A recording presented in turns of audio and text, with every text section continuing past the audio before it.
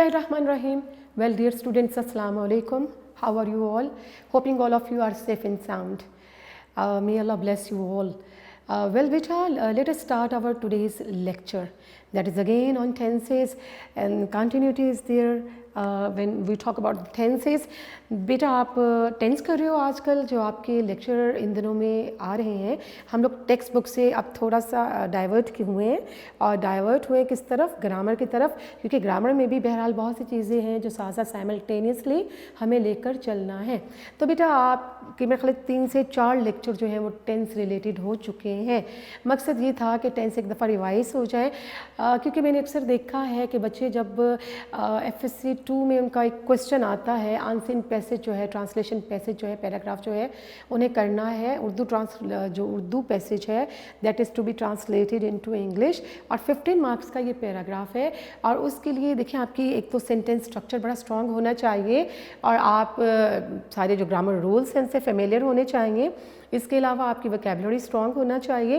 तो ये सारी चीज़ें आप साथ साथ इस चीज़ को अपनी आदत बना लें, इन चीज़ों पे कमांड हासिल करने की जुस्तजू में लगे रहें। और उसमें एक अहम चीज़ जो मैंने देखा है कि बच्चे रिलक्टेंट रहते हैं अच्छी ट्रांसलेशन बनाने के हवाले से। वो ये समझते हैं कि टेंस जो है बाज़ दफ़ा वो हम उसको समझ नहीं पाते, कंसीव नहीं कर पाते, कॉम्प्रीहेंड नहीं कर पाते कि ये टेंस कौन सा टेंस है। हालांकि आपने ये सब चीज़ें पढ़ी हैं और प्रैक्टिस भी की हैं, लेकिन चूँकि ये जहन से स्लिप भी हो जाती हैं किसी वक्त, तो आप अगर एक दफ़ा रिवाइज़ करते हो, चीज़ों को प्रैक्टिस कर लेते हो, तो दोबारा से ग्रिप जो है वो चीज़ों की बन जाती है। तो बेटे आपका जो प्रीवियस लेक्चर था, लास्ट लेक्चर था, उसमें हमने क्या पढ़ा? उसमें हमने देखिए प्रीवियस लेक्चर्स की बात की जाए तो हमने प्रेजेंट टेंस पढ़ा, पास्ट टेंस पढ़ा, इंडेफिनिट के साथ, कॉन्टिन्यूस के साथ, परफेक्ट के साथ और परफेक्ट कॉन्टिन्यूस के साथ। अब आप इस वक्त कर रहे हो फ्यूचर टेंस। अभी बिल्कुल पिछले वाले लेसन में, पिछले लेक्चर में आपने फ्यूचर इंडेफिनिट टेंस किया with active passive, future continuous tense किया विद एक्टिव क्योंकि उसका पैसिव नहीं होता, और हम लोग कर रहे थे फ्यूचर परफेक्ट टेंस। आप लोगों ने बेटे फ्यूचर परफेक्ट टेंस का सिर्फ एक्टिव वॉइस किया था और पैसिव वॉइस हम लोग नहीं कर पाए थे, टाइम ख़त्म हो चुका था। तो आज इसको कंटिन्यू रखते हैं। हम लोग कर रहे हैं फ्यूचर परफेक्ट टेंस, और इसका कौन सी वॉइस आज करेंगे? Passive voice. इसकी पैसिव वॉइस को लेकर चलते हैं। तो बेटे इसके पैसिव वॉइस में आपने क्या करना है? देखिए एक छोटी सी बात कि मैंने आपको इसकी डेफिनेशन लिख के दी थी ऊपर, एक दफ़ा फिर से लिख देती हूँ आपकी याददाश्त के लिए, आपकी याद दहानी के लिए, कि it shows N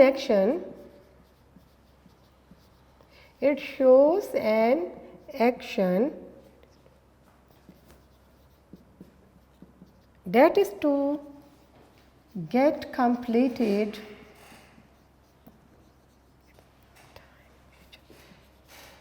at some time in future। ये आपको लिख के दी थी मैंने डेफिनेशन, किस पे?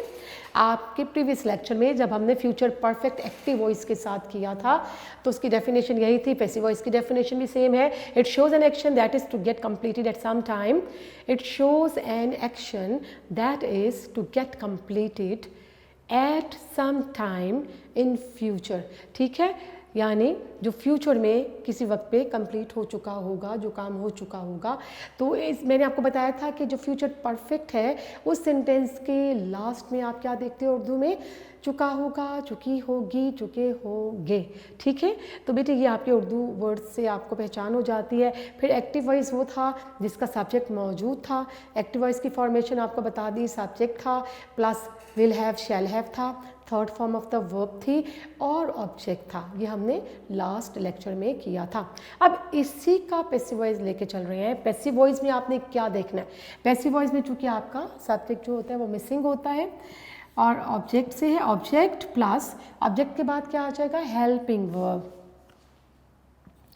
विल हैव या शैल हैव, उसी तरह से विल हैव या शैल हैव। लेकिन इसमें अब बीन भी आ जाएगा, plus been plus V3, third form of the verb.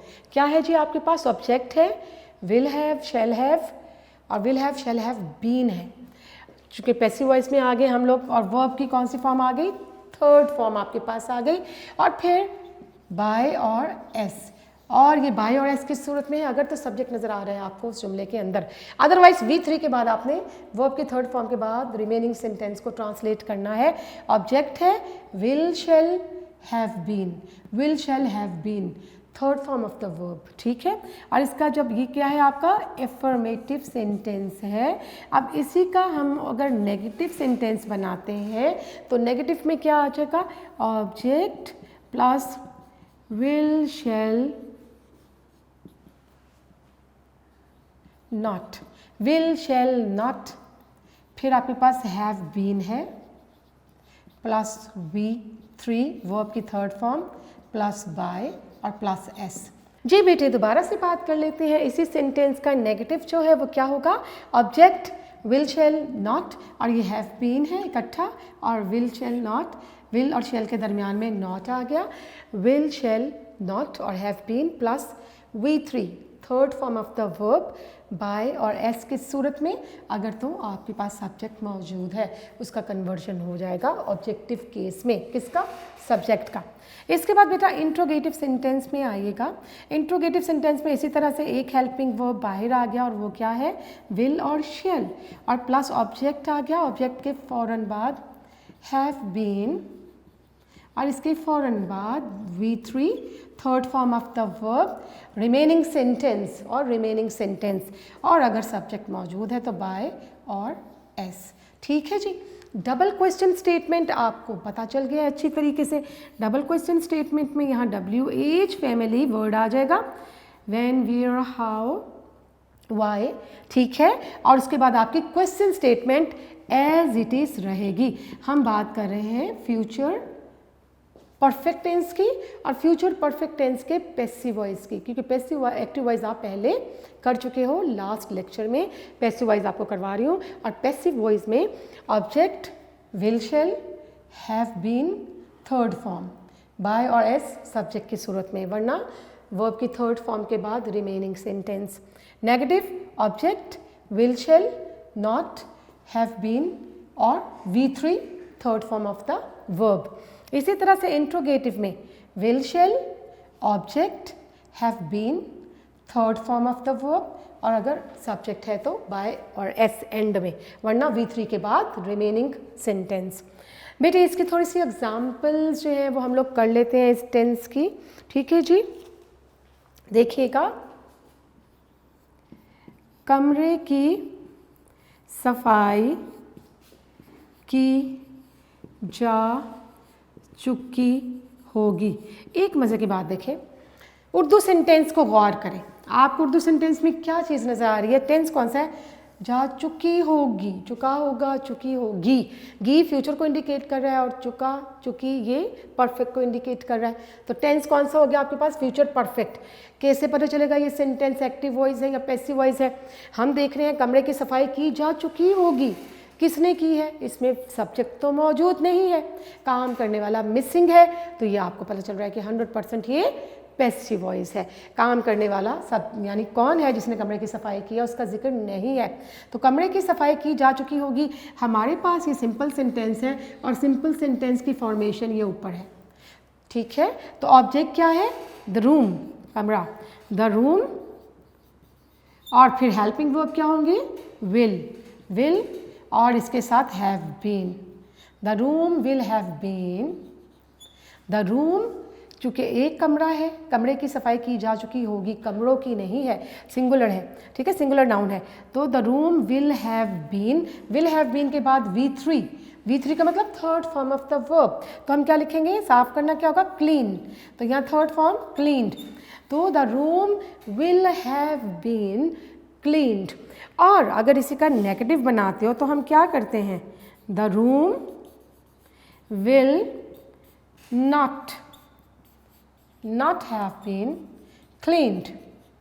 और इंट्रोगेटिव बनाओगे तो क्या होगा बेटे, इंट्रोगेटिव में ऑटोमेटिकली विल या शैल बाहर, उसके will the room have been cleaned, और इसमें हैज़ नहीं आता, सिंगुलर नाउन है या प्लूरल नाउन है, आपने हैव ही लिखना है, विल हैज़, शैल हैज़ कोई टेंस नहीं है, ठीक है जी।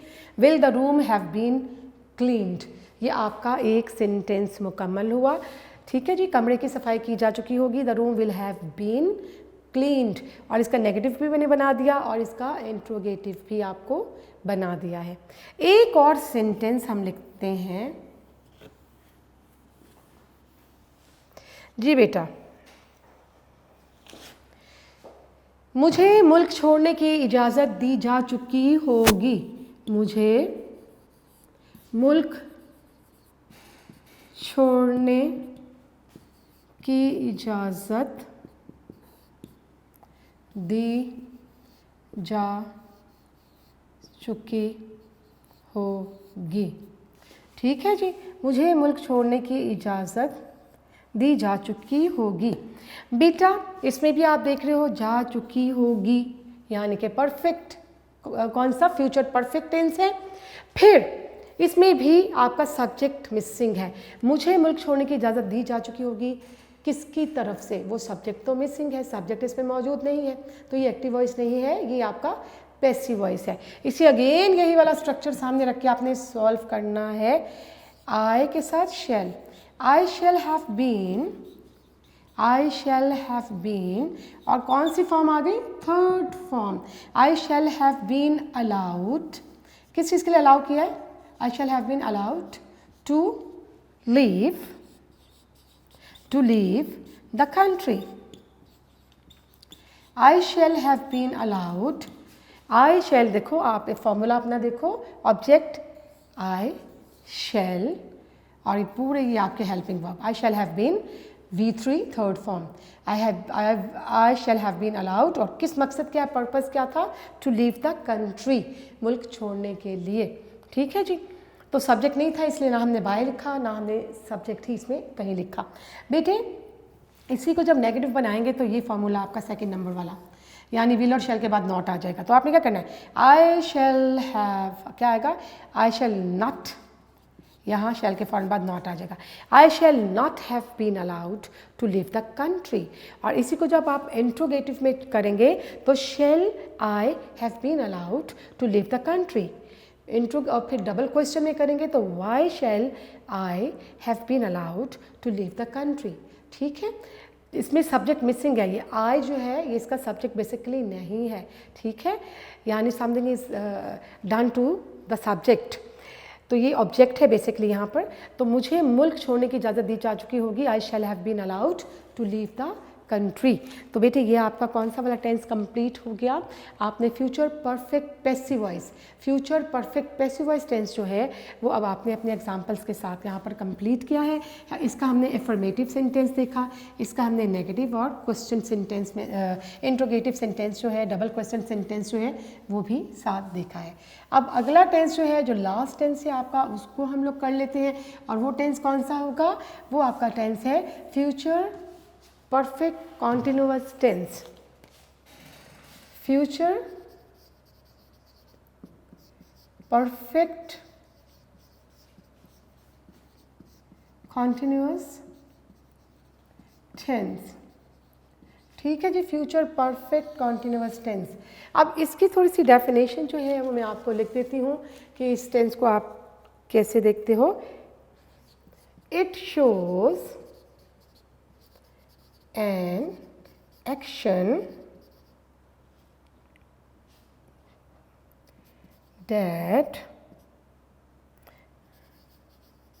get completed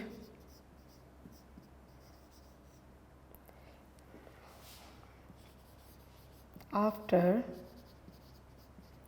continuing for a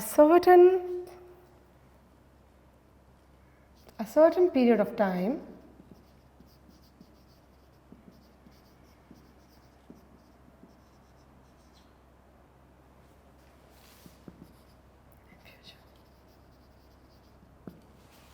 जी बेटे, ये आपने पढ़ा प्रेजेंट परफेक्ट कॉन्टिन्यूस पढ़ा, पास्ट परफेक्ट कॉन्टिन्यूस टेंस पढ़ा, अब ये हमारा लास्ट टेंस आ गया फ्यूचर परफेक्ट कॉन्टिन्यूस टेंस। और इसका पैसिव वॉइस नहीं होता, याद रखना है, इसका पैसिव वॉइस नहीं है, इसका सिर्फ और सिर्फ एक्टिव वॉइस ही है। It shows an action that get completed after continuing for a certain period of time in future. ठीक है, तो ये है कि एक सर्टेन पीरियड ऑफ टाइम पे फ्यूचर में जो काम फलां फलां मुकर्ररा डेफिनेट टाइम पे इंडेफिनेट टाइम पे जो है वो हो चुका होगा, तो ये उसको इंडिकेट कर रहा है। ठीक है बेटे, और हम इसकी इंग्लिश कैसे बनाएंगे, इसमें SVO सब्जेक्ट वर्ब और ऑब्जेक्ट। तो आपने क्या करना है, सब्जेक्ट आ गया और फिर आपके पास हेल्पिंग वर्ब क्या है, विल हैव, विल और शैल, बल्कि मैं लिख देती हूँ यहाँ पर स्लैश के साथ। सब्जेक्ट है will shall plus have been, again have been, और यहाँ क्या आएगा फर्स्ट फॉर्म में, फर्स्ट फॉर्म ऑफ वर्ब, बल्कि मैं V1 ही लिखती हूँ आपकी आसानी के लिए।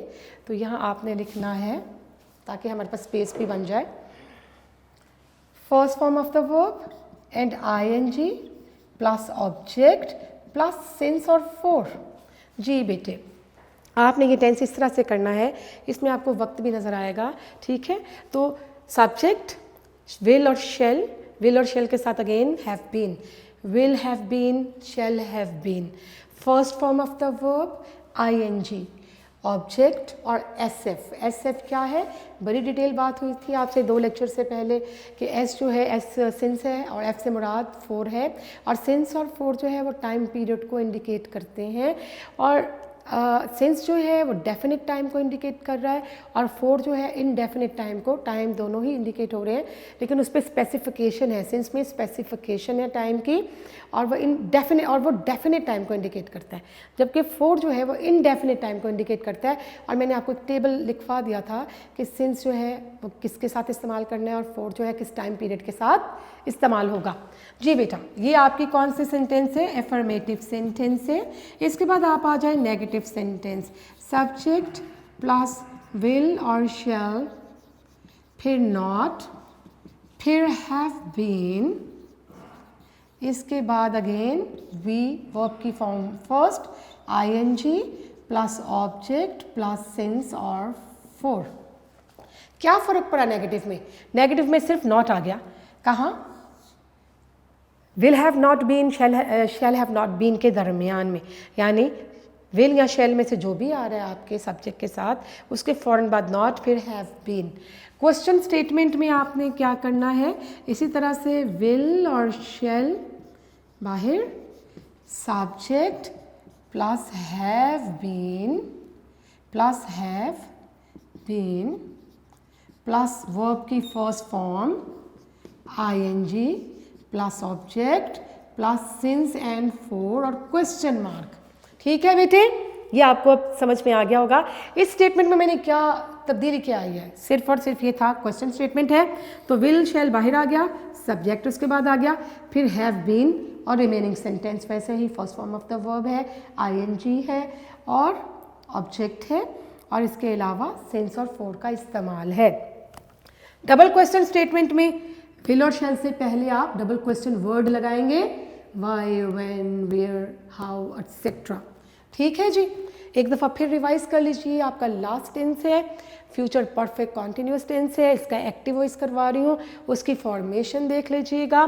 सब्जेक्ट प्लस सिंपल सेंटेंस के लिए क्या है आपके पास, सब्जेक्ट है, विल शैल है, हैव बीन है, first form of the verb है, ING है, ऑब्जेक्ट है और सिंस फॉर का इस्तेमाल है। यही स्टेटमेंट सामने रखते हुए आपने ट्रांसलेट जब किया सेंटेंस को तो आप आराम से कर लोगे। फिर नेगेटिव बनाते हुए सिर्फ एक फ़र्क, आपको एक चीज़ जो है वो चेंज होगी, मनफी जुमला है, नेगेटिव है, सिर्फ विल और शैल के फ़ौरन बाद नॉट नेगेशन, फिर हैव बीन। ठीक है जी, क्वेश्चन स्टेटमेंट में विल और शैल स्टार्ट में, फिर सब्जेक्ट और फिर हैव बीन इकट्ठा ही रहेगा, और विल और शैल जो है उसके दरमियान में नेगेटिव में नॉट आएगा विल और शैल के बाद। इस तरह क्वेश्चन स्टेटमेंट में विल और शैल स्टार्ट में आ जाएगा, सब्जेक्ट है, have been first form of the verb ING plus object और सिंस फॉर का यूसेज है इसमें, और क्वेश्चन मार्क एंड में आ गया। डबल क्वेश्चन स्टेटमेंट में बता दिया आपको, इसके शुरू में ही आपने सेंटेंस इंट्रोगेटिव ही होता है डबल क्वेश्चन स्टेटमेंट के साथ भी, लेकिन उसमें WH word, why, where, when, how वगैरह स्टार्ट में आ जाते हैं। ठीक है, दोनों क्वेश्चन वर्ड जो है वो बाहर आ जाते हैं। अब थोड़ी सी एग्जाम्पल्स जो है बेटे, इस सेंटेंस, इस टेंस के एग्जाम्पल्स जो हैं वो हम लोग थोड़े से कर लेते हैं ताकि थोड़ा सा आइडिया हो जाए कि इसको कैसे करना है। लीडर 2 घंटे से तकरीर कर रहा होगा। तो बेटे आपके पास है लीडर 2 घंटे से तकरीर कर रहा होगा, सब्जेक्ट लीडर आपके पास मौजूद है और इस टेंस का पैसिव वॉइस तो होता ही नहीं है, तो आप क्या लिखेंगे, द लीडर। यहाँ से देखते हैं अपनी इस फॉर्मेशन को, इसके अकॉर्डिंग हम लोग चेंज करते हैं। तो सब्जेक्ट क्या है, द लीडर, और लीडर के साथ विल, शैल तो आई वे के साथ है, द लीडर विल, और अगले हेल्पिंग वर्ब है have been, the leader will have been, और वर्ब क्या है, तकरीर करना, to deliver a speech, deliver, तो यहाँ पर वर्ब डिलीवर है, the leader will have been delivering a speech. ठीक है जी, ये ऑब्जेक्ट तक ख़त्म हो गया। अब एंड में बचा सिंस और फॉर, तो आपके पास टाइम है 2 घंटे। 2 घंटे टाइम पीरियड को इंडिकेट कर रहे हैं, स्पेसिफिक टाइम नहीं है। ये 2 घंटे कौन से हैं, सुबह के हैं, दोपहर के हैं, शाम के हैं, कितने बजे से कितने बजे तक हैं नहीं मालूम। अगर मैं कहती हूँ लीडर 5 बजे से तकरीर कर रहा है, तो 5 बजे एक स्पेसिफिक टाइम है, उसके लिए हम सिंस इस्तेमाल करेंगे। लेकिन जब 2 घंटे, 3 घंटे, 6 घंटे, 8 घंटे स्पेसिफिकेशन नहीं है टाइम की, तो क्या आएगा, 4 आएगा, 4 2 आवर्स।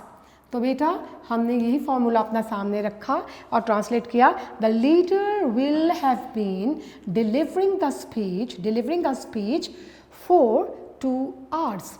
और जब हम इसका नेगेटिव बनाएंगे तो क्या होगा, आप इसका नेगेटिव देखिए आराम से बना सकते हो। यहाँ लिखा है विल और शेल के फौरन बाद नॉट आ जाएगा, बाकी सेंटेंस वही है, द लीडर विल नॉट, यहाँ आ जाएगा not, the leader will not have been delivering a speech for 2 hours. और जब इंट्रोगेटिव बनाएंगे तो उसमें क्या करेंगे, ये लिखा हुआ है आपके पास स्ट्रक्चर, यानी विल और शैल, हमारे पास विल है तो विल पहले आ जाएगा, उसके बाद सब्जेक्ट है, will the leader have been, बाकी सेंटेंस लिखा है आपके पास, will the leader have been delivering a speech for 2 hours. लेकिन यहाँ पर आपने क्वेश्चन मार्क भी इंसर्ट करना है, क्वेश्चन मार्क इंसर्ट करेंगे पता चलेगा कि ये क्वेश्चन स्टेटमेंट है। समझ में आ गया, लीडर 2 घंटे से तकरीर कर रहा होगा, the leader will have been delivering a speech for 2 hours, the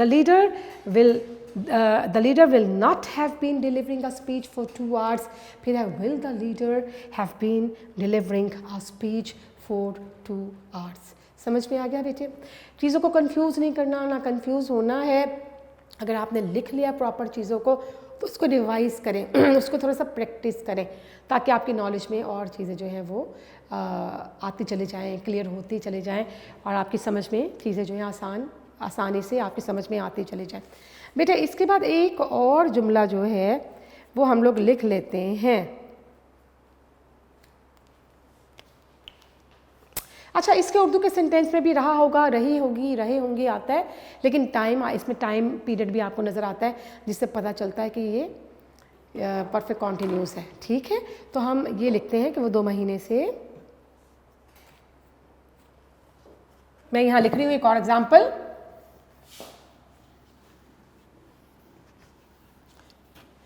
ji your next example is, वो 2 महीने से अपना वक्त ज़ाया कर रहा होगा। जी बेटे आपकी स्टेटमेंट ये आई कि वो 2 महीने से, और देखिए इसमें टाइम पीरियड आपको नज़र आ रहा है, टाइम पीरियड 2 महीने से वो कर रहा होगा, यानी कि कौन सा टेंस हुआ, परफेक्ट कॉन्टिन्यूस टेंस हुआ, गा भी इसमें आपको नज़र आ रहा है, परफेक्ट कॉन्टिन्यूस टेंस हुआ। तो हम क्या करेंगे, इस सेंटेंस को फिर सामने रखें, सब्जेक्ट क्या है, ही, और विल हैव बीन ये इसके हेल्पिंग वर्ब आ गए। ही के साथ शैल नहीं लगाएंगे हम। ही विल हैव बीन, और फिर वेस्ट होता है टाइम ज़ाया करना, साथ आईएनजी भी लग रहा है, तो he will have been wasting his time. He will have been wasting his time. और कब से लिखा हुआ है? 2 महीने से। तो ये 2 महीने जो हैं ये कोई डेफिनेट टाइम नहीं है, टाइम पीरियड तो है, स्पेसिफिकेशन नहीं है कि कौन से 2 महीने हैं। अगर मैं कहती हूँ वो मार्च से अपना वक्त ज़ाया कर रहा होगा तो मार्च का मतलब स्पेसिफिकेशन है, मंथ आपका इंडिकेट हो चुका, तो लिहाजा उसके लिए सिंस इस्तेमाल करेंगे। 2 महीने इनडेफिनेट टाइम है तो फॉर इस्तेमाल करेंगे। He will have been wasting his time for 2 months. He will have been wasting his time for 2 months. He will have been wasting his time for 2 months. अब आपने negative बनाना है इसका, तो ये देखिए सेकंड आपकी जो सेकंड मैंने फॉर्मेशन दी है नेगेटिव सेंटेंस की, उसको देखें कि he will not have been, ठीक है। तो यहाँ आप लिख देंगे he will not, will के फ़ौरन बाद not आता है, will shall के बाद। he will not have been wasting his time for 2 months. He will not have been wasting his time for 2 months. इसी को हम इंट्रोगेटिव में लेते हैं तो क्या हो जाएगा? विल बाहर आ जाएगा, विल और शेल। हमारे पास तो विल है जुमले में, तो हम विल को बाहर कर देते हैं। विल ही हैव बीन, आगे वही जुमला है, wasting his time for 2 months और question mark. Will he have been wasting his time for 2 months। ठीक है बेटे, मैंने आपको बताया कि आपने सिंगुलर नाउन के साथ, सिंगुलर प्रोनाउंस के साथ आपने हैज़ इस्तेमाल नहीं करना, क्योंकि इसमें आएगा ही shall have, will have. Will has और शैल हैज़ कोई टेंस नहीं है, ठीक है, वो गलत होगा, रॉन्ग होगा। इसको बेटा अपने जहन में डाल लीजिएगा। दोबारा से इसको चेक कर लेते हैं। इसकी formation subject will shall have been, first form of the verb ING, object और सिंस फॉर। इसी तरह से नेगेटिव में subject will shall not have been, first form ING, object since for. Interrogative will shall subject have been, first form of the verb ING, object और since for. जी बेटे, यहाँ पर आपके ये टेंस जो होते हैं वो ख़त्म है बेटे। आपके टेंस जो है उनको हमने गो थ्रू किया, उनको रिवाइज़ किया। मकसद ये था कि ट्रांसलेशन एक्सरसाइजेज हमें करना है। कहाँ से करना है बेटे? आपके नोट में बहुत सी प्रैक्टिस एक्सरसाइजेज दी गई हैं। ये बड़ी इंटरेस्टिंग चीज़ है कि we are having almost 65 passages in your notebooks, in your unique notes, and these are unseen passages. Some of the passages are from previous board papers, and these are for practice purpose. कि जितने भी paragraph passages दिए गए हैं आपकी book के अंदर, notes के अंदर, ये सारे प्रैक्टिस पैसेजेस हैं। और मुख्तलिफ बोर्ड्स में जो पिछले सालों में पैराग्राफ आए गए हैं वो भी आपकी सहूलत के लिए, आपकी आसानी के लिए, आपकी प्रैक्टिस के लिए दे दिए गए हैं, ताकि आपके ग्रिप बन जाए, सेंटेंस स्ट्रक्चर पे आपके ग्रिप बन जाए। तो बेटे ये सारे जो प्रैक्टिस पैराग्राफ हैं वो इंशाल्लाह हम लोग बोर्ड पे करेंगे, साथ साथ उस सब चीज़ों को सॉल्व करते जाएंगे, ताकि आपकी एक ग्रिप, अगेन कहूँगी कि ग्रिप बनती चले जाए। टेंस तो आपका हुए कंप्लीट। आज यूँ करते हैं कि आपके ग्रामर में से एक ट्रांसलेशन पैराग्राफ जो है उसको यहाँ पर हम लोग लिखते हैं। अच्छा बेटा, एक अहम चीज़ ये है, दोबारा से आपसे ये बात कहूँगी कि आपका जो ट्रांसलेशन पैराग्राफ है वो कितने मार्क्स को कंप्राइज करता है? 15 नंबर। वो 15 नंबर का एक क्वेश्चन है। आपके पास फर्स्ट ईयर में एक पैराग्राफ आता था, और वो पैराग्राफ कहाँ से लिया जाता था? बल्कि एक पैसेज लिया जाता था आपकी शॉर्ट स्टोरीज से। बुक 1 में शॉर्ट स्टोरीज में से कहीं से भी एक पैसेज आपको दे दिया जाता था, and that was to be translated into Urdu. लेकिन अब क्या है सेकेंड ईयर में? अब आपको जो पैराग्राफ दिया जाएगा वो उर्दू पैसेज है, और उस पैसेज को, उस पैराग्राफ को आपने that is to be converted, that is to be translated into English language. बेटे देखें, ट्रांसलेशन जो है वो करने का सबसे अच्छा तरीका क्या है? एक तो मैंने आपको बताया कि सेंटेंस स्ट्रक्चर आपका जो है उस पर आपको महारत होनी चाहिए, आपको सारे रूल्स जो हैं उनसे आप फेमिलियर हो, ग्रामर के, वोकैबुलरी आपकी स्ट्रांग होना चाहिए, सेंटेंस स्ट्रक्चर पे ग्रिप होना चाहिए, और फिर बेटे इसके अलावा आप टेंसेस जो हैं उस पर भी आपकी ग्रिप होना चाहिए, ताकि आप फौरी तौर पे ट्रेस आउट कर लो कि ये कौन सा टेंस है। अच्छा, जब आपके पास पैसेज आता है, 2 चीज़ें आपके पास अहम है। जब आपके पास पैसेज आता है ट्रांसलेशन के लिए, उस पैराग्राफ को 2 से 3 दफ़ा पढ़ें, रिलैक्स बिल्कुल इजी होकर उसको पढ़ें। फिर हर जो सेंटेंस है, हर सेंटेंस जो है इंडिविजुअल, उस सेंटेंस में देखें कि सबसे पहले ट्रेस करें आपके पास फॉर्मूला क्या होना चाहिए। SVO, सब्जेक्ट, वर्ब और ऑब्जेक्ट, ये आपका इंग्लिश का स्ट्रक्चर है। इस स्ट्रक्चर को सामने रखना है। सबसे पहले सब्जेक्ट लेंगे उसमें से, फिर वो टेंस ट्रेस करना है आपने, टेंस कौन सा है, इस सेंटेंस का टेंस क्या है, उस टेंस के अकॉर्डिंग जो है वर्ब आपने इसमें इंसर्ट करना है। फिर आपने ऑब्जेक्ट, रिमेनिंग सेंटेंस जो है वो कंप्लीट करना है। एक और अहम चीज़ बेटे, आपने लाइन टू लाइन तर्जुमा नहीं करना पैसेज में।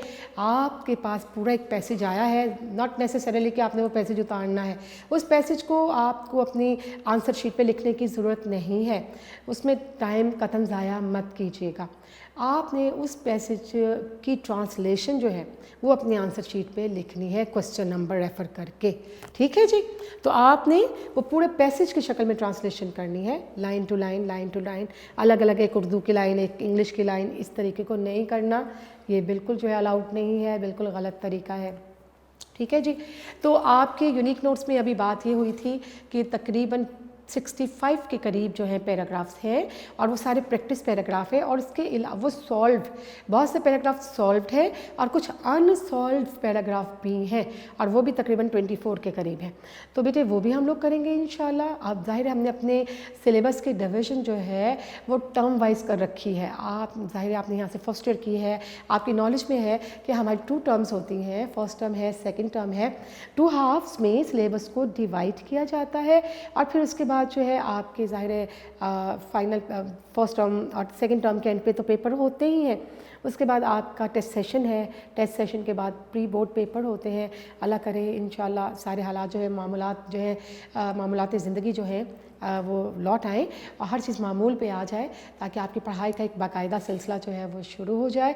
आपकी टेस्ट प्रैक्टिस और टेस्ट के ज़रिए जो प्रैक्टिस का सिलसिला है, और जो कि आपकी बेहतरीन ग्रेड्स के लिए बहुत ज़रूरी है, बेहतरीन तैयारी के लिए बहुत ज़रूरी है, वो भी फिर से बहाल हो जाए, शुरू हो जाए, ठीक है जी। उसके लिए हम सब दुआ गो हैं। तो बेटे अभी इस तरह से करते हैं कि आपके जो यूनिक नोट्स हैं, यूनिक नोट्स में से बेटे आपने अगर चीज़ों को तैयार कर लिया, प्रैक्टिस कर ली, तो कोई वजह नहीं है कि आपके नंबर अच्छे ना आ पाएँ। तो हम लोग ट्रांसलेशन की बात कर रहे हैं। ट्रांसलेशन पैसेजेस यहाँ पर मैं देखती हूँ कि कहाँ मौजूद है। देखिए बेटे हमारे पास ये सॉल्व पैसेज मौजूद हैं, और कोशिश करें कि जो सॉल्व पैसेज होते हैं उसका सोल्यूशन, उसकी ट्रांसलेशन देखे बगैर खुद से प्रैक्टिस करें, फिर उसको मैच करें अपने पैराग्राफ के साथ, और फिर उसमें देखें कि आपसे क्या गलती हुई है और क्या वजह पीछे नज़र आती है, ठीक है जी। आपके पास मेरे पास यूनिक नोट्स में सेकेंड ईयर के यूनिक नोट्स हैं, पेज नंबर 201 है, यस इट्स पेज नंबर 201 पे आपके ट्रांसलेशन पैसेजेस मौजूद हैं। आज 1-2 पैराग्राफ जितने भी इस टाइम लिमिट में हमसे कवर हो सके उसको हम लोग करने की कोशिश करते हैं। तो बेटी मैं यहाँ साथ साथ उर्दू लिखती हूँ, और मैंने आपको बता दिया कि आप लोग को उर्दू लिखने की ज़रूरत नहीं होती, आपने पैसेज को पूरा का पूरा पैसेज ट्रांसलेट करना है इंग्लिश में। मैं यहाँ आपकी सहूलत के लिए, आसानी के लिए, प्रैक्टिस के लिए लिख रही हूँ। लिखा है हज़रत मोहम्मद सल्लल्लाहु अलैहि वसल्लम मक्का में पैदा हुए। जी बेटे यहाँ उर्दू लिखते हैं, हज़रत मोहम्मद सल्लल्लाहु अलैहि वसल्लम मक्का में पैदा हुए, ठीक है जी। आपने पहले तो इसमें टेंस जो है वो लोकेट करना है। टेंस कौन सा हुआ, पैदा हुए, वॉज बॉर्न, पैदा हुए पास्ट टेंस है, ठीक है। और बॉर्न क्या होता है, पैदा होना, वॉज बॉर्न, ठीक है। मक्का में क्या होगा, इन मक्का, ठीक है, इन मक्का। बेटा जो इन है वो लॉन्ग डिस्टेंसेस को कवर करता है, एट जो है वो भी डिस्टेंस को कवर करता है, लेकिन वो शॉर्ट टाइम को, शॉर्ट प्लेस को इंडिकेट करता है। एट प्लेटफॉर्म होता है, एट कॉलेज होता है, इन लाहौर, इन गुलबर्ग, जैसे ना जो छोटी जगह है, छोटी जगह छोटे फासलों को इंडिकेट करने के लिए एट, और ज़्यादा बड़े फासलों को, ज़्यादा बड़ी जगह को इंडिकेट करने के लिए इन करते हैं इस्तेमाल। प्रेपोजिशन की बात कर रही हूँ, इन प्रेपोजिशन इस्तेमाल की जाती है। तो हम लिख रहे हैं हज़रत मोहम्मद सल्लल्लाहु अलैहि वसल्लम मक्का में पैदा हुए, हम करेंगे हज़रत मोहम्मद सल्लल्लाहु अलैहि वसल्लम यानी द हॉली प्रॉफिट, और लिखना है सल्लल्लाहु अलैहि वसल्लम भी लिख सकते हैं आप, पीस बी अपॉन भी लिख सकते हैं, पीस बी अपॉन हिम भी लिख सकते हैं ब्रैकेट में। तो हज़रत मोहम्मद सल्लल्लाहु अलैहि वसल्लम, द हॉली प्रॉफिट सल्लल्लाहु अलैहि वसल्लम, यहाँ पर हम हज़रत मोहम्मद भी लिख सकते हैं, हज़रत मोहम्मद सल्लल्लाहु अलैहि वसल्लम भी आप लिख सकते हैं। द हॉली प्रॉफिट सल्लल्लाहु अलैहि वसल्लम वॉज बॉर्न, और कहाँ पैदा हुए, in Mecca. The holy prophet was born in Mecca. तो ये आपका एक सेंटेंस कंप्लीट हुआ जी। आप सल्लल्लाहु अलैहि वसल्लम के वालिद मोहतरम का नाम अब्दुल्ला था। यहाँ लिखते हैं आप सल्लल्लाहु अलैहि वसल्लम के वालिद मोहतरम का नाम अब्दुल्ला था। तो क्या आएगा, था यानी वॉज, ठीक है। हिज फादर्स नेम वॉज, वालिद मोहतरम का नाम फादर्स नेम। अच्छा, मोहतरम, वालिद तो होते ही मोहतरम है, वालिदा भी मोहतरम होती हैं, हमें इनके लिए कोई लेबल लगाने की रिस्पेक्टेड ज़रूरी नहीं है, रिस्पेक्टेड सर, रिस्पेक्टेड मैडम, वालिदैन तो हैं ही मोहतरम, ठीक है ना। तो इसलिए यहाँ पर ये लिखने की ज़रूरत नहीं है मोहतरम के ट्रांसलेट करने की। तो his father's name was, his father's name, आपके वालिद मोहतरम का नाम, his father's name was Abdullah, ठीक है। सिंपल वॉज वर्ड का इस्तेमाल, तो हम लिखते हैं हिज फादर्स, आपके वालिद का name, his father's name was Abdullah, his father's name was Abdullah, full stop. फिर आपके पास सेंटेंस आता है, आप सल्लल्लाहु अलैहि वसल्लम के दादा ने आप सल्लल्लाहु अलैहि वसल्लम की परवरिश की। आप सल्लल्लाहु अलैहि वसल्लम के दादा ने आप सल्लल्लाहु अलैहि वसल्लम की परवरिश की। परवरिश करना क्या होता है, की, फिर अगेन पास्ट टेंस आ गया आपके पास, तो क्या होता है, ब्रिंग अप। ब्रिंग अप का मतलब परवरिश करना, और चूंकि हम पास्ट टेंस को देख रहे हैं तो ब्रॉट अप आ जाएगा। तो he was brought up by, he was brought up by his, दादा कौन होंगे, ग्रैंडफादर, ग्रैंडफादर।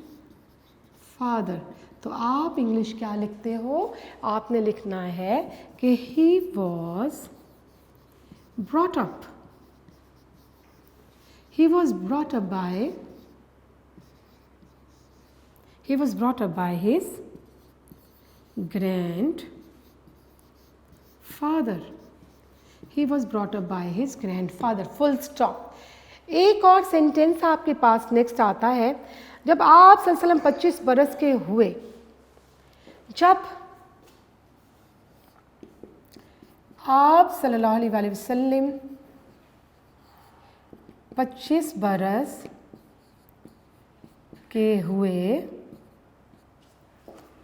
When हुए, पास्ट टेंस में, ये सारा पैराग्राफ पास्ट टेंस में, इसलिए कहा गया है पैराग्राफ को आपने 2 से 3 दफ़ा ज़रूर पढ़ना है ताकि टेंस आपका क्लियर होता चला जाए। तो when he was 25 years, when he was 25 years, तो क्या हुआ, तो आप सल्लल्लाहु अलैहि वसल्लम ने हज़रत खदीजा रज़ियल्लाहु अन्हा से शादी की। तो आप सल्लल्लाहु अलैहि वसल्लम ने हज़रत खदीजा, ठीक है जी, तो आप सल्लल्लाहु अलैहि वसल्लम ने हज़रत खदीजा रज़ियल्लाहु ताला अन्हा से शादी की। फिर अगेन पास्ट टेंस है, शादी की, मैरिड, मैरी होगा, यहाँ पर मैरिड करेंगे। जब आप 25 बरस के हुए, कि when he was 25 years, comma, क्योंकि इसमें 2 क्लॉजेस नज़र आ रही हैं। तो ही मैरिड हज़रत खदीजा रज़ियल्लाहु ताला अन्हा। तो when he was 25 years he married, हम यहाँ लिखते हैं जब आप 25 साल के हुए, 25 बरस के हुए, when he was at the age of 25 पे लिख सकते हैं, एट द एज ऑफ 25 या when he was 25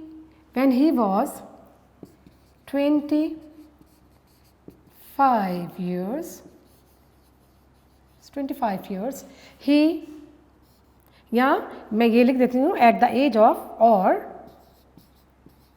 eight the age of 25 he married हज़रत खदीजा रज़ियल्लाहु ताला अन्हो, हज़रत खदीजा रज़ियल्लाहु ताला अन्हो। तो जी मैंने लिखा यहाँ पर कि when he was 25 years और at the age of 25 he married हज़रत खदीजा रज़ियल्लाहु ताला अन्हो। एक लास्ट सेंटेंस है, उसको भी कर लेते हैं। जब आप 40 साल के हुए तो आप सल्लल्लाहु अलैहि वसल्लम ने ऐलान नबूवत किया। जब आप बेटे, ये आपने यकीनन देख लिया, पढ़ लिया, द होली प्रॉफिट सल्लल्लाहु अलैहि वसल्लम was born in Mecca, his father's name was Abdullah, he was brought up by his grandfather, full stop. When he was 25 years or at the age of 25 he married हज़रत खदीजा रज़ियल्लाहु ताला अन्हो। एक और बेटे sentence जो है इसी पैराग्राफ का आखिरी सेंटेंस, जो हमारे पास थोड़ा सा टाइम बचा है उसमें हम आखिरी सेंटेंस करके इसको पैराग्राफ को ख़त्म करते हैं। जी आपके पास सेंटेंस आता है, जब आप सल्लल्लाहु अलैहि वसल्लम रसूलुल्लाह सल्लल्लाहु अलैहि वसल्लम 40 बरस के हुए तो आप सल्लल्लाहु अलैहि वसल्लम ने ऐलान नबूवत किया। पास्ट टेंस, ऐलान करना क्या है यहाँ पर, वर्ब है, तो यहाँ क्या होगा, अनाउंस्ड। ऐलान करना अनाउंस, और किया यानी पास्ट इंडेफिनिट टेंस, तो ही अनाउंस्ड। जब आप 40 बरस के हुए, at the age of 40, when he was 40 years या at 40, हम सिर्फ इतना भी लिख सकते हैं at 40 का मतलब क्या होगा, 40 साल की उम्र में। तो at 40 he announced, और नबूवत क्या होगा, नबूवत होता है बेटे प्रॉफिटहुड, तो ही अनाउंस्ड प्रॉफिटहुड। तो at 40 he announced prophethood, at 40 he announced prophethood, full stop. ठीक है जी बेटे, ये पैराग्राफ आपका हो गया complete, and that is the end of today's lecture at the same time. And बेटा please take care of yourself and take care of the people who are linked with you, who are in your surroundings. Stay home, stay safe. Thank you very much. Allah Hafiz.